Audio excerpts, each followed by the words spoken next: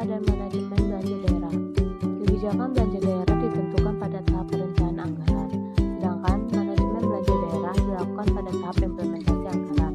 Meskipun dalam beberapa hal berbeda, namun kebijakan belanja daerah mempengaruhi manajemen belanja. Kebijakan belanja daerah.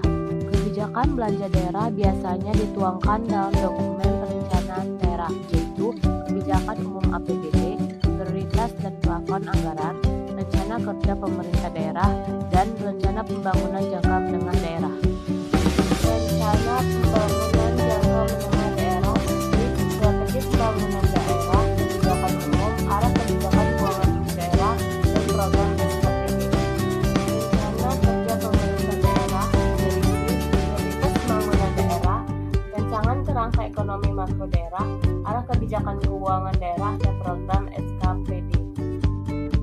Kebijakan umum APBD berisi target pencapaian kinerja, proyeksi pendapatan daerah, asumsi yang mendasari kebijakan anggaran, dan kerangka ekonomi makro dan implikasinya. Prioritas dan plafon anggaran berisi ringkasan kebijakan umum APBD, prediksi pendapatan belanja dan pembiayaan daerah, prioritas program dan plafon anggaran, dan plafon anggaran menurut organisasi. Manajemen belanja daerah. Manajemen belanja daerah tidak lagi merupakan instrumen, teknik, atau metode. Oleh karena itu, manajemen belanja akan menyesuaikan arah kebijakan anggaran, khususnya kebijakan ekonomi yang ditempuh pemerintah daerah. Manajemen belanja daerah memiliki 3 tujuan pokok, yaitu 1. Menjamin dilakukannya disiplin fiskal melalui pengendalian belanja, 2. Alokasi anggaran sesuai dengan kebijakan dan prioritas anggaran, 3. Menjamin efisiensi dan efektivitas alokasi anggaran. Selanjutnya kita membahas tentang prinsip manajemen belanja daerah. Prinsip ini digunakan untuk mencapai tujuan pokok manajemen belanja daerah. Manajemen belanja daerah memiliki 4 prinsip. Pertama, perencanaan belanja daerah. Kedua, pengendalian belanja daerah. Ketiga, akuntabilitas belanja daerah. Keempat, auditabilitas belanja daerah. Perencanaan belanja daerah. Perencanaan belanja dapat mempermudah tahap implementasi dalam pencapaian target secara efektif. Asas pentingnya value for money, di mana pengeluaran belanja harus ekonomis, efisiensi, dan efektif. Perencanaan belanja yang baik ditandai dengan: pertama, adanya koherensi antara perencanaan belanja dalam APBD dengan dokumen perencanaan. Kedua, penetapan standar satuan harga atau SSH untuk menghindari terjadinya markup anggaran. Ketiga, adanya analisis standar belanja atau ASB. Keempat, adanya harga perkiraan sendiri atau owner estimate. Kelima, rendahnya tingkat kesenjangan anggaran belanja atau budgetary slack. Ada beberapa cara mengatasi budgetary slack. Pertama, adanya partisipasi dalam perencanaan anggaran. Kedua, meningkatkan peran DPRD dalam pengawasan perencanaan anggaran. Ketiga, meningkatkan koordinasi anggaran oleh tim anggaran pemerintah daerah. Keempat, menguji rencana kerja dan anggaran. Pengendalian belanja daerah. Setiap tahap dalam siklus pengeluaran harus dikendalikan, dimonitor, dan dilacak prosesnya, mulai dari kelengkapan dokumen anggaran, otoritas dari pejabat berwenang, dan bukti transaksi yang valid. Akuntabilitas belanja daerah. Ini setiap belanja harus dipertanggungjawabkan dan dilaporkan kepada publik baik langsung maupun melalui DPRD. Jenis akuntabilitas. Pertama, akuntabilitas hukum di mana ada perda APBD. Kedua, akuntabilitas finansial di mana harus ada laporan keuangan pemerintah daerah. Ketiga, akuntabilitas program di mana harus ada laporan kinerja program. Keempat, akuntabilitas manajerial di mana harus ada bertanggung jawabnya atas pengeluaran. Auditabilitas belanja daerah, di mana fungsi verifikasi anggaran sangatlah penting untuk pengendalian anggaran dari pengajuan hingga pertanggungjawabannya. Proses audit. Pertama, harus ada kelengkapan dokumen. Dokumen tersebut terdiri dari dokumen pelaksanaan anggaran satuan kerja perangkat daerah, penerbitan surat penyediaan dana, pengajuan surat permintaan pembayaran, penerbitan surat permintaan membayar, penerbitan surat pertanggungjawaban. Kedua, adanya dokumen transaksi yang valid. Ketiga, kelengkapan pencatatannya memadai. Keempat, dapat diuji antara catatan dengan keberadaannya. Aspek audit, ada atau tidak ada pada markup dalam pengadaan barang atau jasa, bukti belanja yang tidak sah, penitipan anggaran kesatuan kerja lain, kesalahan pembebanan belanja, ketidakwajaran dalam belanja modal, ketidakwajaran dalam proses pengadaan barang atau jasa. Jurnal referensi. Jurnal yang pertama, determinan kebijakan belanja pemerintah daerah Kabupaten Ogan Ilir. Penelitian ini bertujuan untuk mengetahui faktor apa saja yang mempengaruhi kebijakan belanja pemerintah daerah. Metodologi penelitian. Sampel dalam penelitian ini adalah laporan keuangan pemerintah Kabupaten Ogan Ilir mengenai pendapatan asli daerah dan belanja daerah selama 5 tahun. Metodologi penelitian. Uji yang pertama ada uji normalitas, uji multikolinearitas, uji autokorelasi, uji heterokodastisitas dengan teknik analisis datanya adalah regresi berganda. Lalu, hasil penelitian dari jurnal ini yang pertama, pajak daerah berpengaruh secara positif dan signifikan terhadap belanja daerah pemerintahan Kabupaten Ogan Ilir. Yang kedua, retribusi daerah berpengaruh secara positif dan signifikan terhadap belanja pemerintah Kabupaten Ogan Ilir. Yang ketiga, kekayaan daerah yang dipisahkan berpengaruh secara positif dan signifikan terhadap belanja pemerintah Kabupaten Ogan Ilir.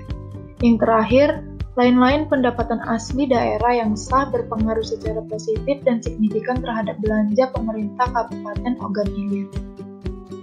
Jurnal yang kedua adalah analisis pengaruh penerapan sistem informasi keuangan, sistem pengawasan melekat, dan prinsip transparansi terhadap akuntabilitas pengelolaan anggaran pendapatan dan belanja daerah atau APBD dengan studi empiris pada DPRD Kabupaten Rembang. Tujuan penelitiannya adalah untuk mengetahui arah realisasi anggaran pada sekretariat, mengetahui keefektifan dan keefisienan dari sistem pengawasan melekat, dan membuktikan bahwa prinsip transparansi sudah optimal dalam penyelenggaraannya. Metodologi jurnal ini menggunakan metode survei, metode pervasive sampling, dan penyebaran kuesioner dengan menggunakan alat statistik yaitu SmartLS dengan melakukan uji regresi berganda. Dengan analisis data, uji normalitas, uji multikolinearitas, uji autokorelasi, uji heterokodastisitas, uji asumsi klasik, uji F, uji koefisien determinan, dan uji T. Hasil penelitian dari jurnal ini yaitu yang pertama, penerapan sistem informasi keuangan daerah berpengaruh positif terhadap akuntabilitas pengelolaan APBD.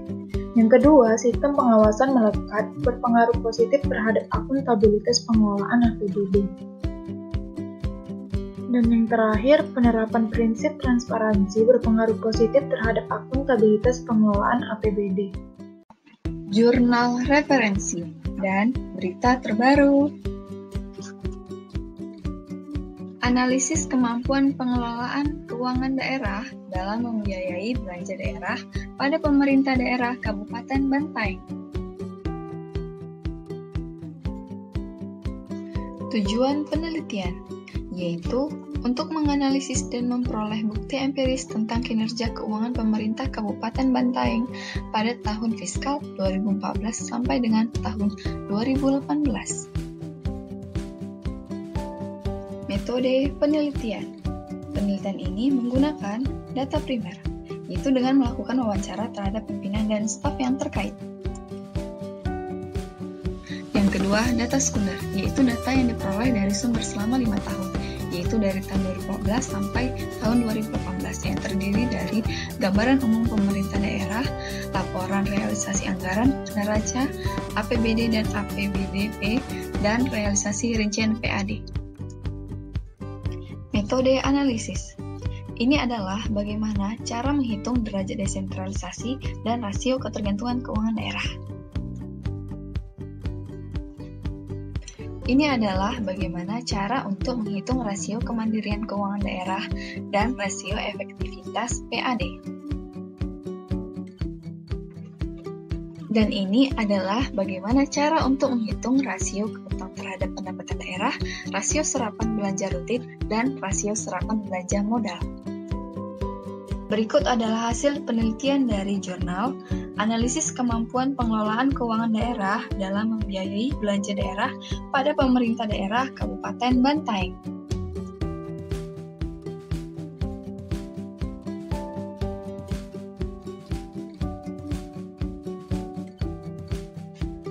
Berikut adalah berita mengenai 3 kebocoran APBD pasca refocusing COVID-19.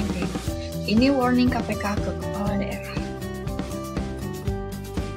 Ketua KPK Firly Bahuri mengajak 34 kepala daerah untuk memperkuat sinergi dan meningkatkan efektivitas dalam pencegahan dan pemberantasan korupsi, khususnya di tengah pandemi coronavirus saat ini.